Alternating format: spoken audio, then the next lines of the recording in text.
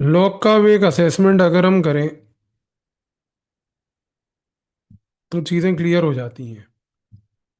Log का जो सबसे बड़ा क्रिटिसिज्म है वो क्या है? वो ये है कि he is over fixated with property.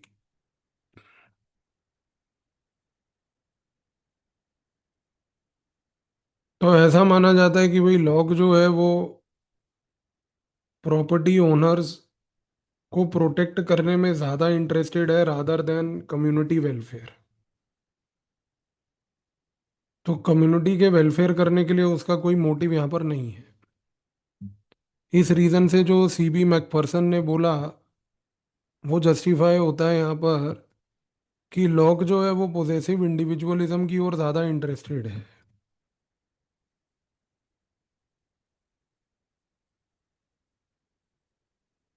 दूसरा क्रिटिसिज्म यहाँ पर यह आता है कि भाई लॉक जो है वो कहीं ना कहीं फेयरनेस में बिलीव नहीं करता, क्योंकि फेयरनेस चाहती है इस चीज़ को कि भाई जिसके पास प्रॉपर्टी है उसकी प्रॉपर्टी सेफ गार्डेड रहे, और जिसके पास प्रॉपर्टी नहीं है उसको प्रॉपर्टी मिले। पर लॉक एक असम्पशन लेके चलता है कि भाई प्रॉपर्टी आज की डेट में आपके पास होनी चाहिए। इस रीजन से ये क्रिटिसिज्म उठता है कि जो लॉक है, पहली बात तो वो वुमन, पुअर, लैंडलेस, इन लोग के बारे में कोई फोकस नहीं करता, तो वो ट्रूली डेमोक्रेटिक नहीं है। क्योंकि एक व्यक्ति ट्रूली डेमोक्रेटिक तब होगा जब वो एक इंक्लूसिव सोसाइटी चाहेगा, और उस इंक्लूसिव सोसाइटी में वो सबके लिए सबका वेलफेयर चाहेगा। तो Locke is not a believer of, as these people will say, सबका साथ सबका विकास।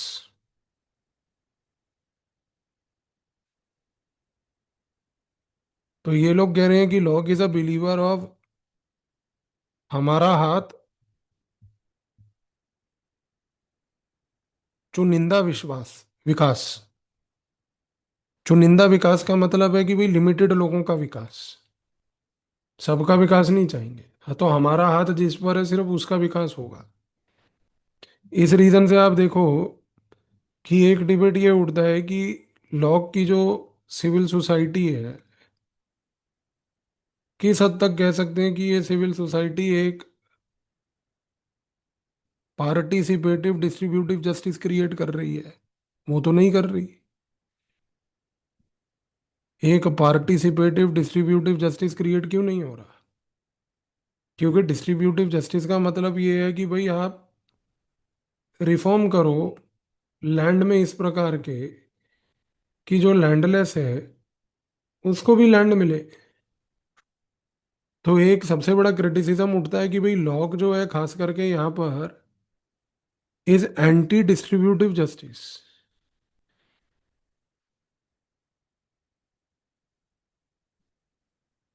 एलन मिक्सिंस एक स्कॉलर है।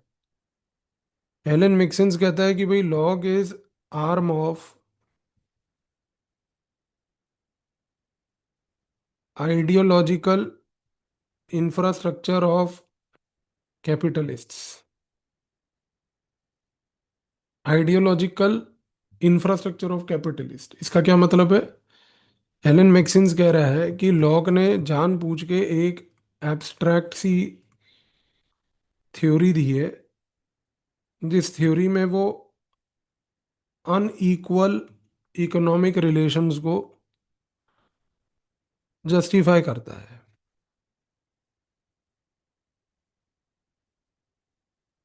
पुअर को लैंड नहीं है तो अपन को चर्चा ही नहीं करनी। पर ये सारे लोग बार बार एक ही चीज को भूल रहे हैं कि भाई पुअर के पास दिमाग तो है, आइडियाज तो हैं, लेबर तो है, उसका प्रयोग कर ले। लेकिन नहीं, ये कहते हैं कि नहीं, ये सब है ही नहीं। पुअर के पास लैंड नहीं है, तूने उसको लैंड नहीं दी, तो ये दिक्कत है।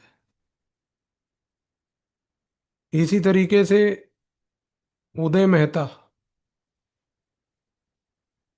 वो कहता है कि Locke is basically trying to delegitimize the human life.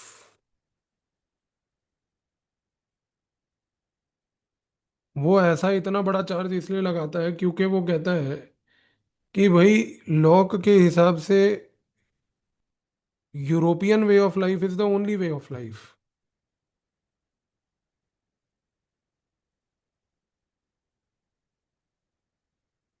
इसी रीजन से he has D humanised others. अब ये एक बड़ा असॉल्ट है लॉक के ऊपर। तो उदय मेहता कहता है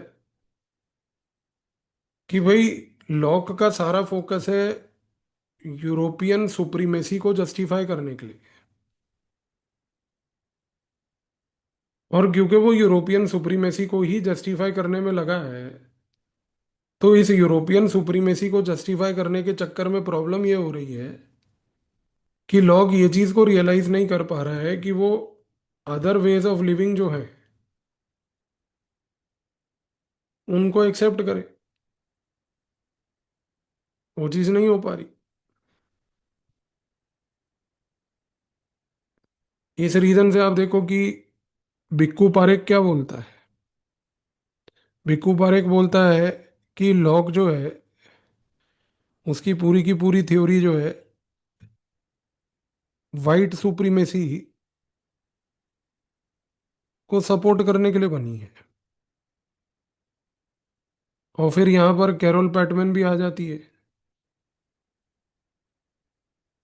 वो रोना शुरू कर देती है। Woman are excluded. वुमन की प्रॉपर्टी को लेके तो बात ही नहीं करता।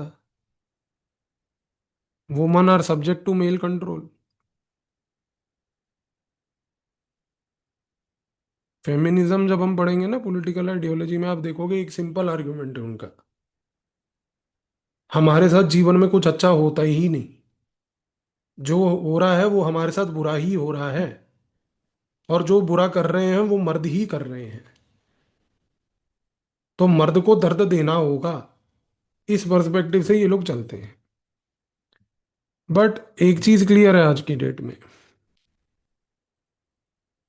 कि लॉक कोई एक यूनिवर्सली एक्सेप्टेबल थॉट नहीं दे पाया, एक्सेप्ट फॉर द फैक्ट कि natural rights can not be violated. ये चीज जानना बहुत जरूरी है। लॉक जैसी मर्जी थ्योरी दे भाई, लेकिन घूम फिर के लॉक की थ्योरी में एक सबसे बड़ा चैलेंज यही है।